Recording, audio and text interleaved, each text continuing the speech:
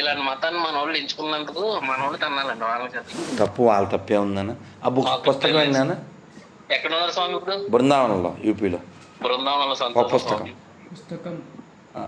దా రాజమండ్రి ఎప్పుడు వస్తారు స్వామి? తెలియదు నాన్న. హైదరాబాద్ లో ఉంటున్నాను స్వామి. ఇప్పుడు హైదరాబాద్ వచ్చేసాను. అవునా? అవునా? మీ ప్రోగ్రామ్స్ అన్ని హైదరాబాద్ లోనే, వీడియోస్ అన్ని చూస్తున్నాం మన టీవీలోనే.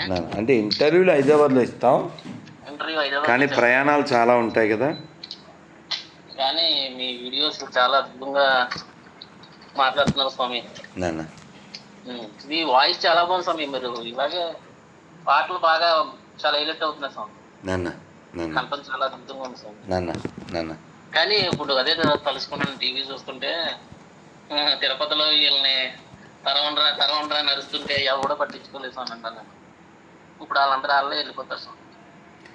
వెంకటేశ్వర ఉన్నాడని నేను ఎప్పుడు చెప్పాను? చాలా ఏళ్ళ నుంచి చెప్తున్నాను కదా.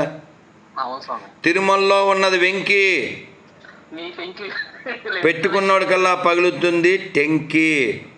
ఎందుకంటే ఆయన పెంకి. అవును స్వామి. Don't behave like a monkey.